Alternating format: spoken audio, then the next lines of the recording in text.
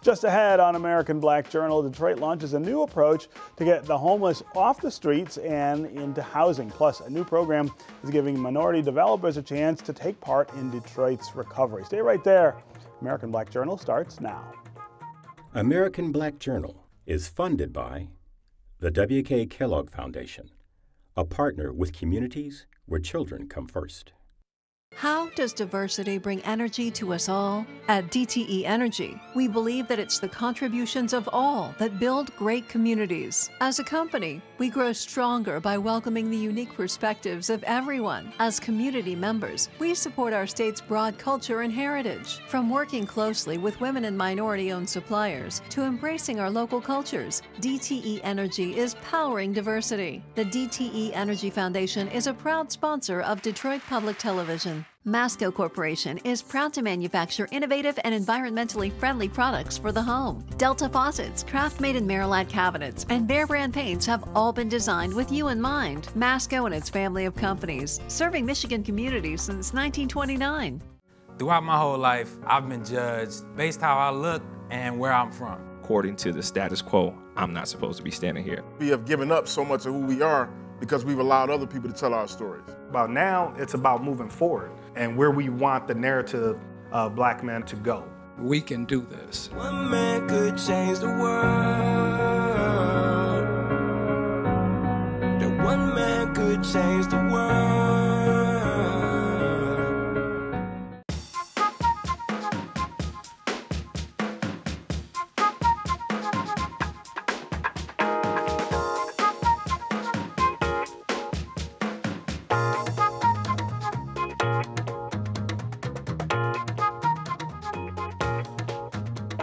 Welcome to American Black Journal. I'm Stephen Henderson. Nonprofits in Detroit who service the homeless are making some changes to their efforts to get people off the streets. Outreach teams are now working late into the night to connect with the city's homeless and offer shelter and housing assistance. Plus, instead of using a call center, there's now going to be 5 locations available for the homeless to receive referral services in person. Here to tell us more is Tasha Gray. She's the executive director of the Homeless Action Network of Detroit, along with the program's manager, Catherine Distelrath of Southwest Solutions. Welcome both of you to American Black Journal. Thank you. Yeah. So this is a shift in approach. Tell me why this is necessary and important right now. Sure. Well, we're making some great progress on ending homelessness. In its heyday, we used to see about 20,000 people who were experiencing homelessness throughout the year.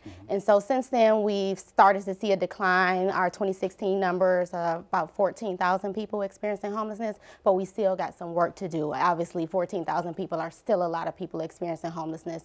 And so part of that work has to do with the program that Catherine Distelrath is running now, the Coordinated Entry. It is a federal program that's mandated by HUD. And we started out not with a lot of guidance from HUD, and so we started out with a call center method. But I think Catherine can talk a little bit about why we're making some of the changes. Yeah, sure. Right.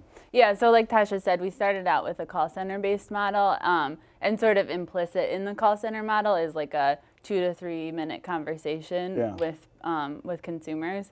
And so now we're sort of moving to this new model where we'll actually be meeting in person with people for we're spending like 20 to 30 minutes with people now to really better understand what their sort of like their whole range of housing needs much sooner in the process before they're even reaching the shelter door. I've had some conversations recently with people who work on homeless issues because it's something that I'm working on, and they talk about how the need now is to not just get people shelter, but to get them housing, right? And there's a difference, right? You want someone to come in from out of the cold, you want someone to have some place to stay, but you want to also start addressing that underlying set of issues that's driven them to the streets in the first place. Absolutely. While shelter is definitely a needed resource within a community, but getting someone in a permanent housing situation helps to improve their life. If you think about it, when you're in permanent housing, you can get mail, you can have a secure job, your kids can go to schools and things of that sort. So it really helps to improve their overall situation and not just address the housing. Yeah, and at the same time, that's more difficult, right? It can be easier to get somebody just to come in because it's cold out or it's raining or whatever, but to deal with some of these other issues, you're really getting into space that's it's just more complicated. Yeah, yeah, definitely. But we also, I mean, so we work with a whole range of permanent supportive housing providers and rapid rehousing providers that we refer clients to, and they really do the tough work of addressing the barriers to get people into housing and then providing supportive services once they're in housing to maintain the housing. Yeah, yeah. How well do we do that here in Detroit in terms of, well, dealing with those issues, but then having the housing available for the people who find themselves in this situation? I talked with Faith Fowler recently about her tiny houses project over on the west side. It seems aimed at that, but she was talking about how difficult sometimes that even is. Yeah, well, and there's always a need for more housing resources, for sure. I mean, we do not have enough to serve everybody who comes into the system. Is that right? And so that's sort of the purpose for the coordinated entry process, it really helps us to standardize our process and to really prioritize the most vulnerable people to make sure that they're getting referred for housing resources first. Yeah, yeah. Talk to me about the sort of face of homelessness in Detroit. I think often when you think of a homeless person, people conjure up something very specific, but it's pretty diverse too. I mean, there's a lot of different variations. Yeah.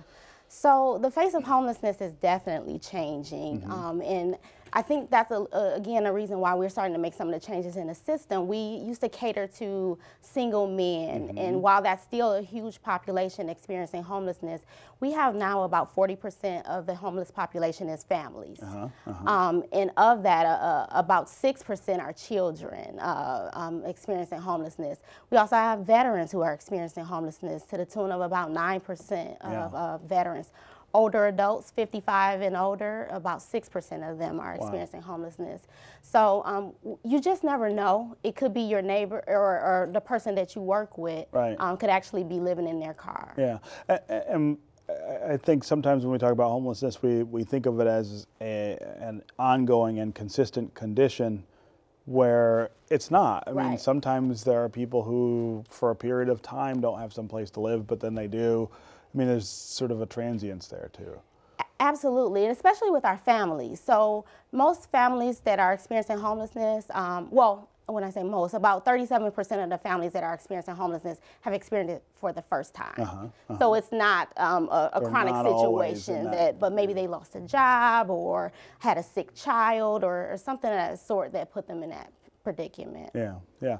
In terms of long-term housing solutions, you're saying, and I think that's probably absolutely right, that we don't have enough solutions. What do we need to do to create more? Who creates that, and how do we get them to do more of it? Well, so we get our the bulk of our housing funding through HUD right now for our permanent supportive housing and rapid rehousing projects, and so we've really been working diligently to make sure that we're funding the right types of housing and making sure that we're sort of projecting out throughout the year of how many people we can expect to need the housing.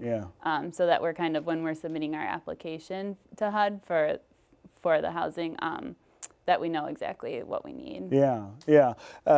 Also talk about the relationship between homelessness and housing insecurity, right? And I think there are two different issues, but they're related, right? You know, you have a lot of people who are just on that edge of maybe being homeless, or as we were talking about, in and out of it, and then you have a population that's a little more permanent. Yeah, yeah. No, I think that's a really good point. And so part of what we've built into sort of our new approach is shelter diversion, and so we're really using diversion as the front door of our system now, because there are a lot of people who are kind of right on the edge. And so they come seeking shelter because they sort of think that they've exhausted all of their options.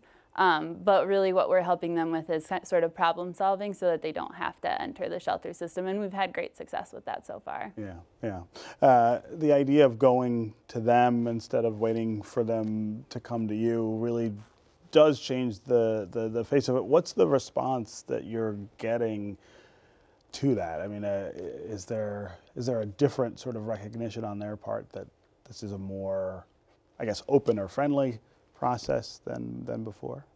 I would say there's definitely. Yeah, I think so. To make it easier, I would think. Yeah, I think so. I mean, the feedback so we've only started we started the new approach with single adults today. With families, we've been going for about 2 months. And yeah, I mean, the families, I think, are really appreciating the fact that we are spending more time with them in person, you know, just getting to understand their needs better. Okay, well, congratulations and thanks for being here. Thank you. Yeah. Up next, a new program to help black developers in Detroit. But first, we're taking a look back at some of the guests on this program over the last 50 years. Here's a 1978 Detroit Black Journal interview with the godfather of soul, James Brown. It's funny, you know, it's funny to me. You know, it's funny to me. So would you see a man, to let a man look at me and say, hey, I'm 44. Today I'm 45. Today I'm 45 years old. Today? Yeah. Yeah. Today I'm 45. Happy birthday. I wish we had something to give you, but Thank you very much. Only thing we can give you. When a man tells his age, I think he should do something else about it. See, a man should do his thing.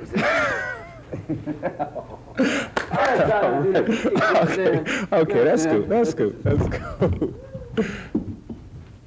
I'm sorry. Okay, and Saturday, and you can see more of that this week at the Latin Quarter. No, I just thought it was. I thought it would be kind of like a joke, you know, to tell your age, you know.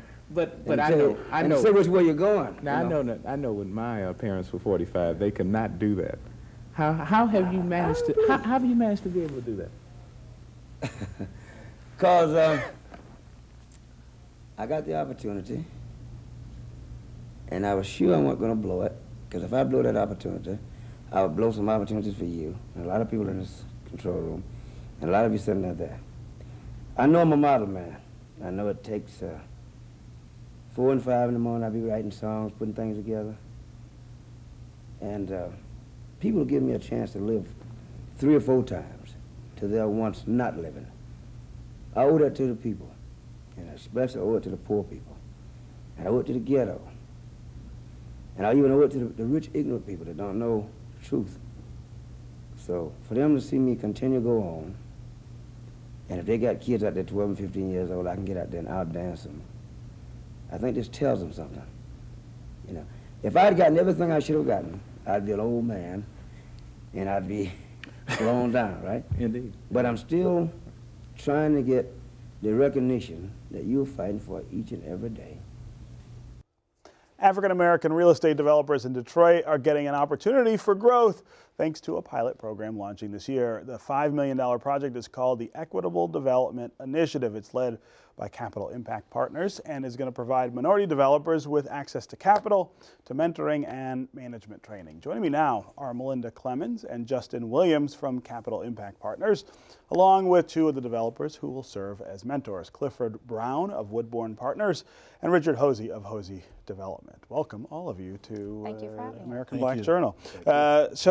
We talk about this subject a lot on this show, this idea of getting more opportunity for folks who are here to participate in the new economic activity that we're seeing. Talk about this particular program. Absolutely. So Capital Impact opened an office in Detroit in 2014.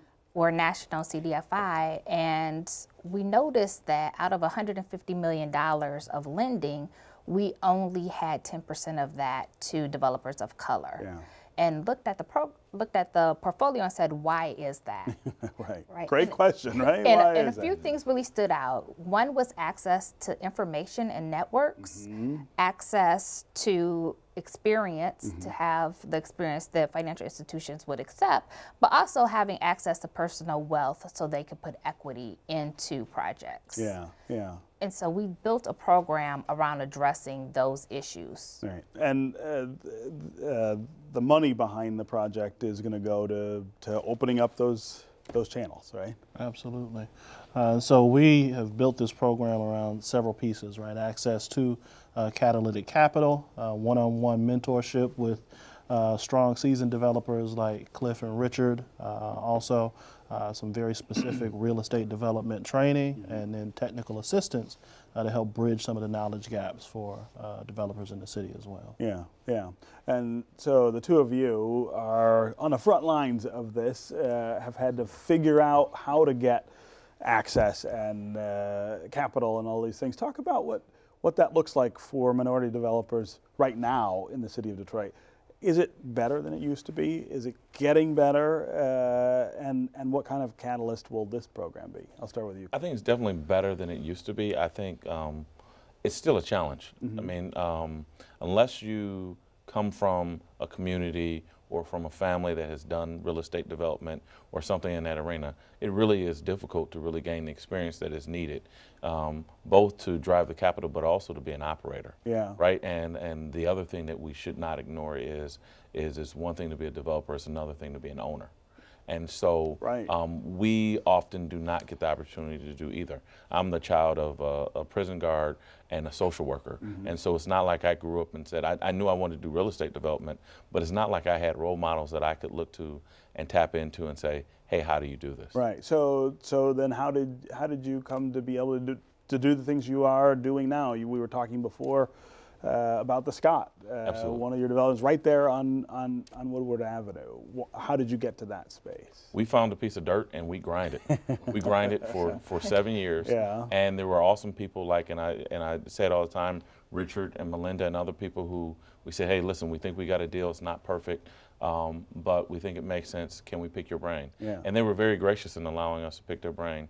And we spent 5 years, and it takes a great deal of humility to understand like where you are in a deal. And we were about 5 years into 7 years, and we found some awesome mentors who agreed to partner with us on a deal and agreed that we wouldn't serve as brokers, but we would be co-developers, and they would open up their doors to really show us how development works. And so going forward, you now can say, hey, look, I did that, and that makes it easier, I guess, with the next project. Absolutely, but you know, the difficult thing is one project does not a developer make, and so the next project that I did, frankly, I would not have had it if Melinda didn't fight for me to make sure that I had the project, and her only words were, don't let me down, right? And so I think for all of us, and I think we all have had that experience as African Americans in America, is that you carry the banner. Right. And so you really, it's not just for you. There are people looking at you, and whether they mean to or not, they look at you and they wonder, hey, can he pull it off? That, right? Yeah, absolutely. Yeah. And so, you know, I looked at Richard, right, and leaned on Richard. And so, you know, it's really a team effort. A rising tide raises all boats. Yeah. Richard, I'm curious what you think about the current climate for minority real estate developers and sort of where we're headed.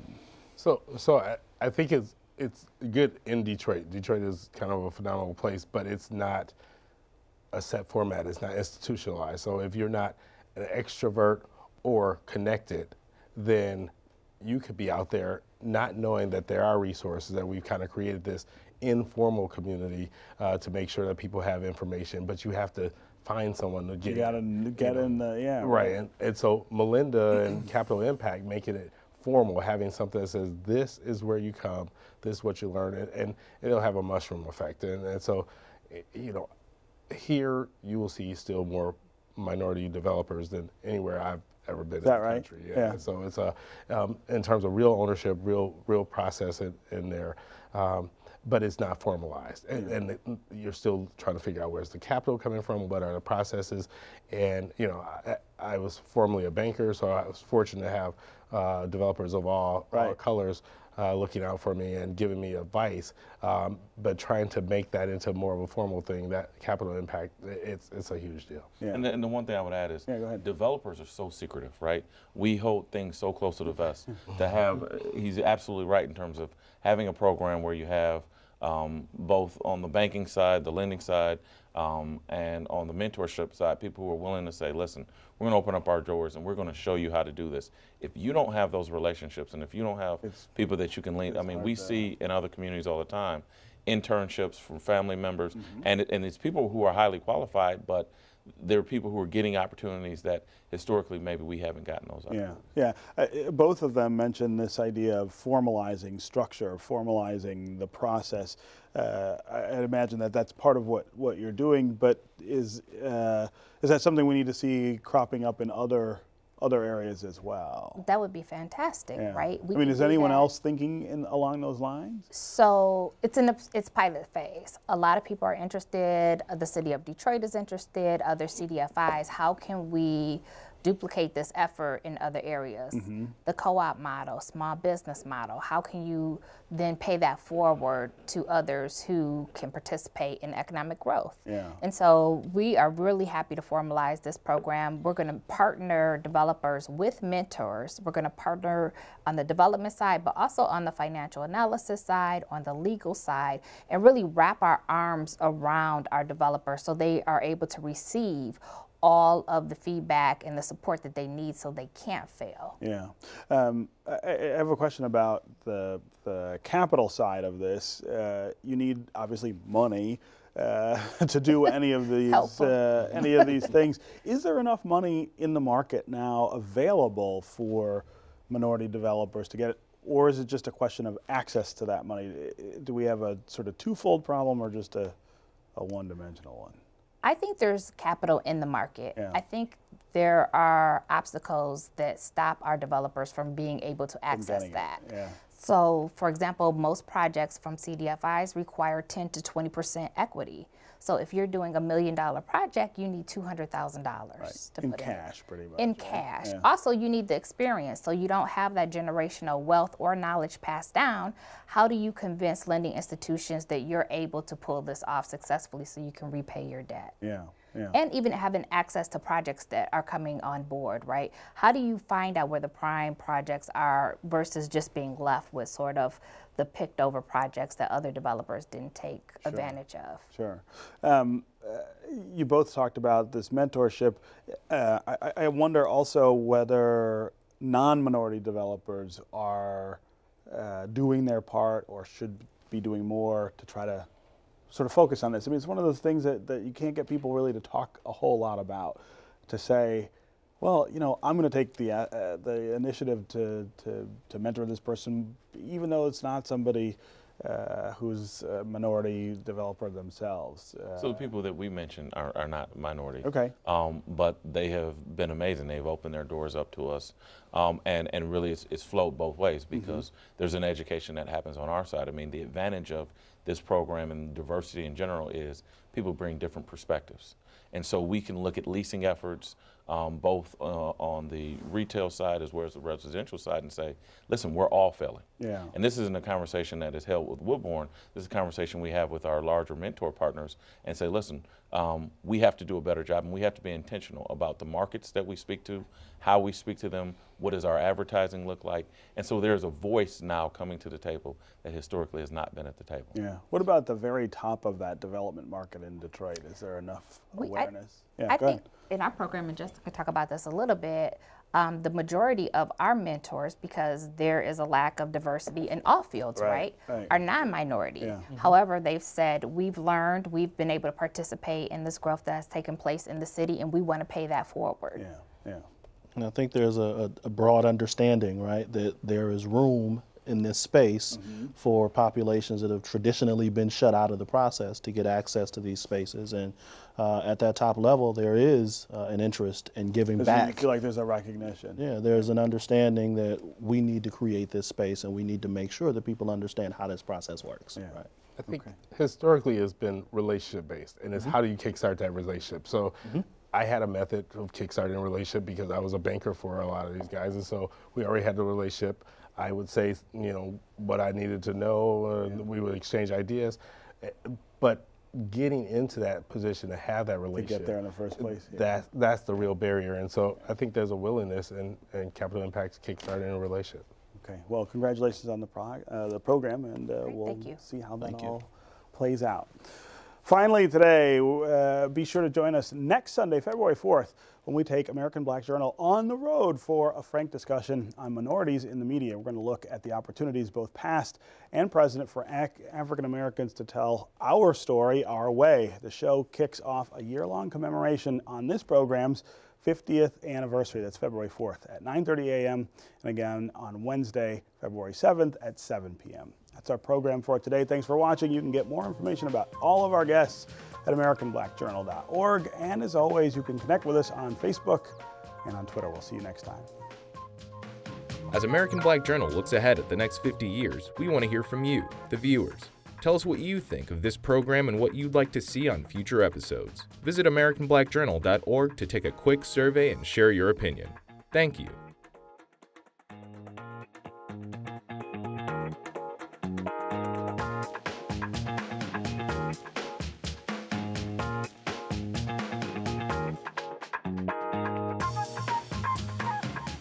American Black Journal is funded by the W.K. Kellogg Foundation, a partner with communities where children come first.